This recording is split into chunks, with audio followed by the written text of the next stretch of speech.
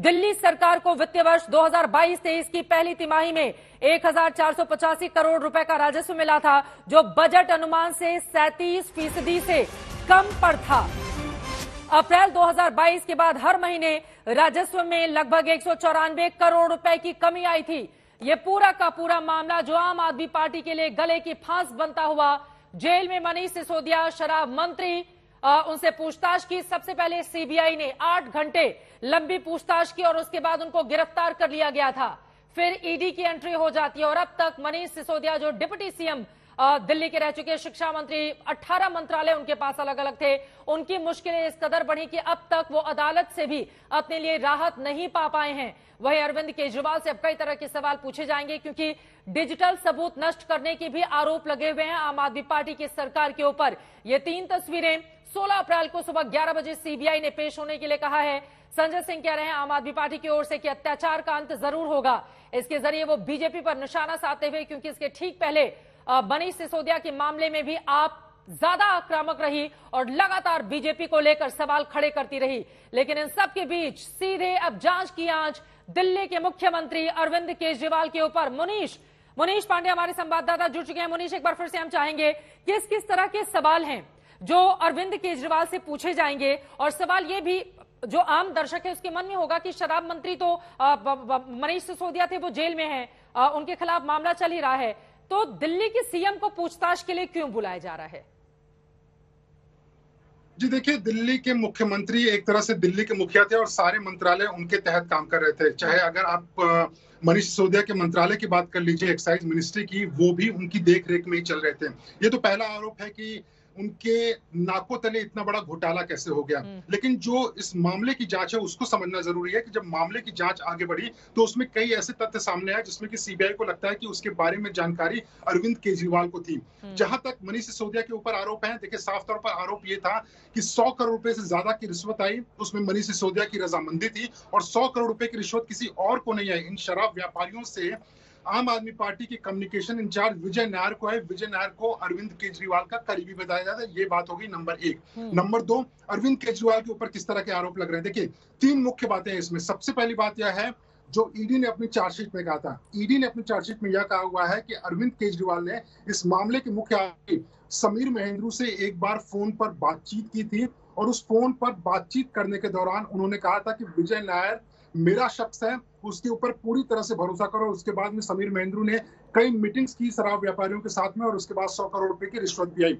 दूसरा जो सबसे बड़ा आरोप है कि आंध्र प्रदेश के एक सांसद हैं, उन सांसद के साथ में अरविंद केजरीवाल ने मुलाकात की और सांसद से मुलाकात करता है जो परिवर्तन करने के लिए आया था, सादा जीवन बिताने के लिए, अब ऐशो आराम की जिंदगी जीता है, जो आया था परिवर्तन करने के लिए कि मैं भ्रष्टाचार नहीं करूंगा, पूरा जहाँ पे 1-1 लाख रुपए के समोसे बांटे जाते हैं और 10-10 हज़ार रुपए की थालियां खाई जाती हैं, जिन्होंने दिल्ली के जीएसटी के पैसे को बर्बाद करके रख दिया, जो दिल्ली का विकास होना चाहिए उसको बर्बाद करके रख दिया। सड़कों का निर्माण होना चाहिए था, जमुना साफ होनी चाहिए थी, फ्री जल जो मेरे घर घर में नल में जल मिलना चाहिए था, दिल्ली को जो आयुष्मान कार्ड है, जो मोदी जी 5 लाख का इलाज फ्री देना चाहिए था, वो आपने नहीं दिया। और तो और कोरोना काल के अंदर जिस प्रकार से आपने दिल्ली को मौत के मुंह में डालने का काम किया है, ये सारी की सारी पोल खुलेंगे कि आपने पैसा लगाया कहाँ।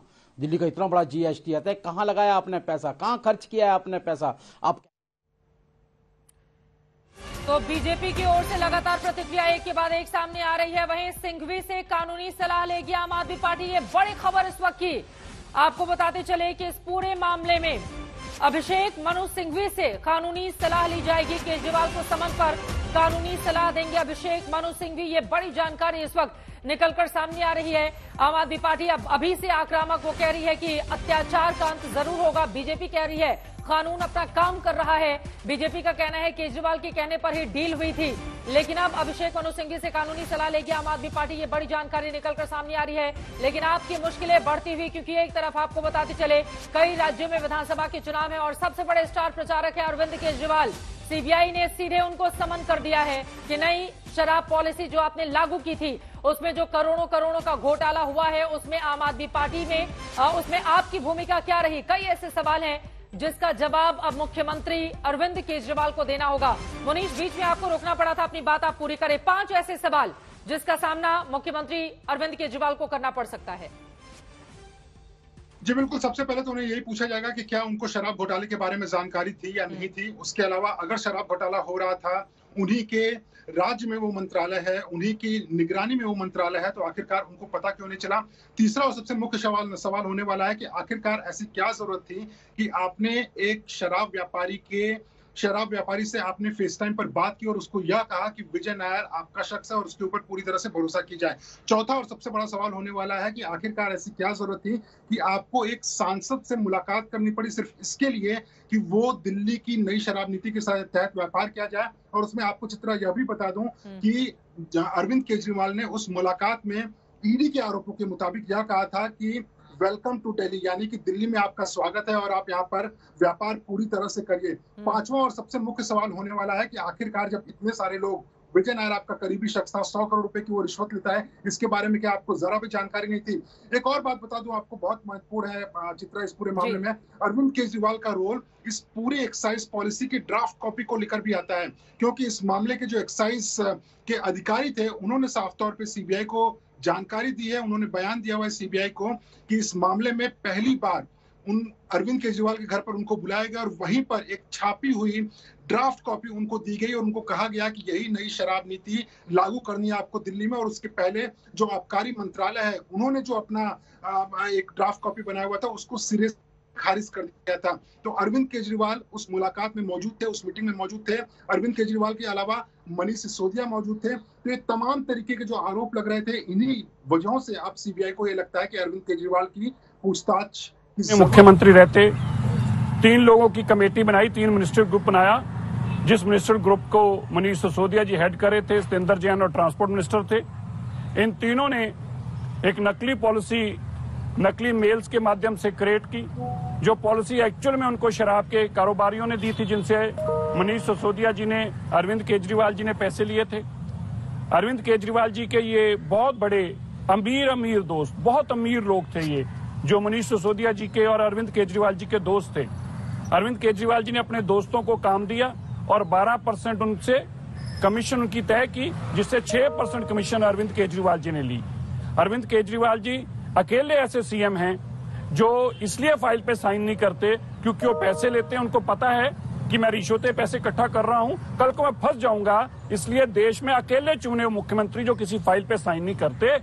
और आज जब सीबीआई ने उनको सम्मन किया है तो पुख्ता सबूत हैं। दिनेश अरोड़ा जो सरकारी गवाह बना, उसने भी बताया कि किस तरह मनीष सिसोदिया जी के साथ अरविंद केजरीवाल जी उनके जन्मदिन पर आते थे, और जब ये चोरी पकड़ी गई तो तुरंत वो फोटोएं जो थी सोशल मीडिया से डिलीट की गई अरविंद केजरीवाल जी द्वारा।